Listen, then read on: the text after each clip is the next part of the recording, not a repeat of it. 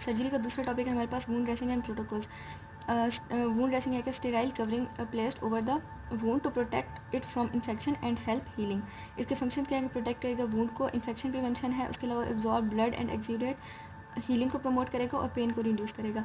अब जो हमारे पास वूंड होते हैं वो किस तरह के होते हैं कि एक तो क्लीन वूंड होगा जिसमें कोई इन्फेक्शन नहीं होगा, क्लीन कंटामिनेटेड होगा जो कि सर्जिकल प्रोसीजर में होता है, कंट्रोल्ड एंट्री होती है बॉडी कैविटीज़ में जैसे कि जीआईटी, यूरिनरी या फिर रेस्पिरेटरी।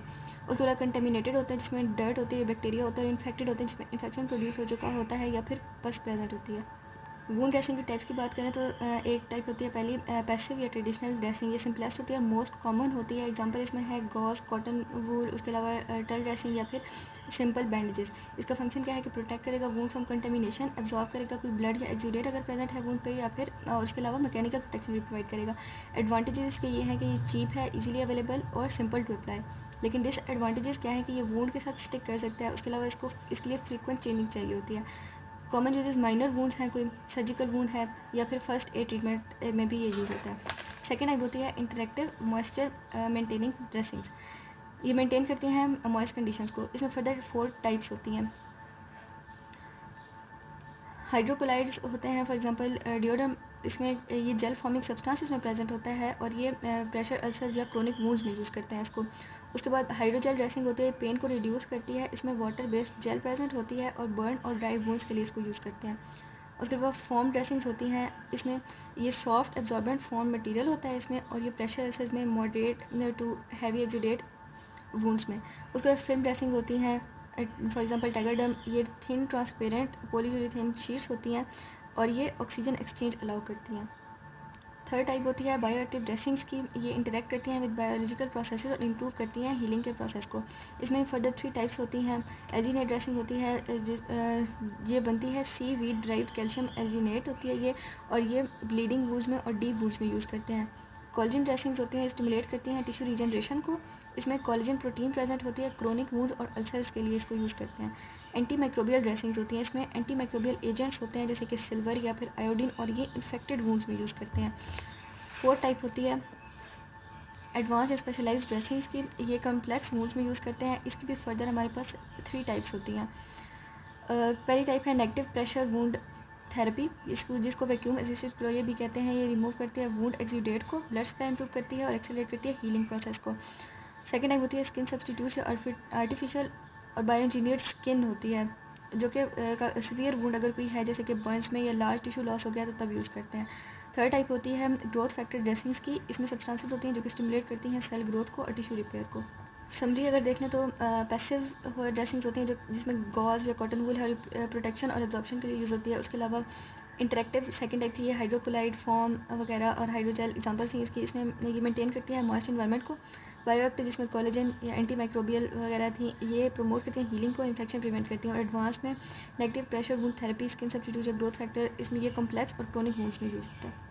इस सब्जेक्टिव में दूसरी चीज़ थी प्रोटोकॉल्स ऑफ वूंड ड्रेसिंग। इसमें सबसे पहले पेशेंट और वूंड की असेसमेंट करनी है, वूंड की टाइप देखनी है, उसकी टाइप मतलब सर्जिकल है, ट्रोमेटिक है या क्रोनिक वूंड है जैसे कि अल्सर। उसके अलावा वूंड का साइज़, डेप्थ देखनी है, अमाउंट ऑफ एक्सुडेट देखना है कि ड्राई वूंड है या फिर माइल्ड, मॉडरेट या फिर हैवी एक्सुडेट तो नहीं प्रेजेंट। उसके बाद साइंस ऑफ इन्फेक्शन देखने हैं, रेडनेस, स्वेलिंग, उसके बाद हीट, पेन, पस, फोर स्मेल कुछ भी है तो वो इन्फेक्शन के सारे साइंस होंगे। स्किन कंडीशन देखनी है, सराउंडिंग जो हमारे पास वूंड है उसकी सराउंडिंग की स्किन की कंडीशन कैसी है, हेल्दी सराउंडिंग स्किन है या फिर मैसरेशन है या फिर इन्फ्लेमेशन है। सेकेंड स्टेप होता है हैंड हाइजीन का। हैंड हाइजीन के पूरे स्टेप्स हमने पहले पढ़ लिए हैं CFRC में। उसके बाद प्रिपरेशन करनी है। प्रिपेयर क्या करना है, स्टेराइल ड्रेसिंग ट्रे प्रिपेयर करनी है जिसमें स्टेराइल गॉज होगा, फोर्सेप्स, सेलाइन सोल्यूशन या फिर कोई भी एंटीसेप्टिक सोल्यूशन। उसके अलावा ड्रेसिंग का सारा मटेरियल प्रेजेंट होगा, बैंडेज या फिर एडिजिव टेप प्रेजेंट होगी। उसके बाद अगर पहले से कोई ड्रेसिंग है वूंड पे तो फिर उस ओल्ड ड्रेसिंग को रिमूव करना है। उसको जेंटली रिमूव करेंगे ताकि टिश्यू डैमेज ना हो। और अगर वूंड के साथ स्टिक हुई हुई है ड्रेसिंग तो फिर पहले नॉर्मल से लाइन अप्लाई करेंगे ताकि मॉइस्ट हो जाए जगह और फिर उसको इजीली रिमूव कर लेंगे। इसके बाद जब ड्रेसिंग रिमूव कर लेंगे तो उसमें हमने ऑब्जर्व क्या क्या करना है ड्रेसिंग में कि उसके साथ अमाउंट ऑफ ब्लड कितना है, पस कितनी है, कोई फॉल ऑर्डर तो नहीं आ रही, या फिर कोई डिस्चार्ज है तो उसका कलर क्या है। उसके बाद नेक्स्ट होता है क्लीनिंग ऑफ वूंड। वूंड को क्लीन करते हैं नॉर्मल सिलाइन से या किसी भी एंटीसेप्टिक सोल्यूशन से। इसका ये होता है कि सेंटर से क्लीनिंग स्टार्ट करते हैं वूंड के और फिर आउटवर्ड इसको क्लीन करते हैं। अब जो भी एक ही वाइप में तो नहीं हो जाएगा, जितनी भी वाइप्स हम यूज़ करें इसको क्लीन करेंगे हर एक के लिए न्यू स्टेराइल गॉज यूज़ करेंगे। एक्सेस प्रेशर भी अप्लाई नहीं करना ताकि टिश्यू डैमेज ना हो। और जो सोल्यूशन यहाँ पे यूज़ कर सकते हैं नॉर्मल सलाइन हो सकता है, पोविडीन, आयोडीन या फिर क्लोरहेक्सिडीन। उसके बाद डेब्रीमेंट, अगर रिक्वायर्ड हो तो डेब्रीमेंट करनी है। सर्जिकल डेब्रीमेंट होती है, मैकेनिकल, एंजाइमेटिक या ऑटोलिटिक डेब्रीमेंट होती है। सर्जिकल वो होती है जो सर्जन परफॉर्म करता है, मैकेनिकल गॉज या इरिगेशन से करते हैं, एंजाइमेटिक जो कि केमिकल एजेंट्स के जरिए डेब्रीमेंट होगी, और ऑटोलिटिक वो होती है कि जो बॉडी एंजाइम से नेचुरली हो जाती है। अब जो नेक्रोटिक टिश्यू जिसको हटाना है डेब्रीमेंट है, वो करने से जो हीलिंग होती है वो फास्टर हो जाती है। नेक्स्ट अब होता है एप्लीकेशन ऑफ अप्रोप्रिएट ड्रेसिंग। अब ड्रेसिंग सिलेक्शन किस बेसिस पे होती है, टाइप ऑफ वूंड पे, अमाउंट ऑफ एक्सीडेट पे, प्रेजेंस ऑफ इन्फेक्शन या फिर स्टेज ऑफ हीलिंग पे डिपेंड करती है कि किस तरह की ड्रेसिंग हमने अप्लाई करनी है।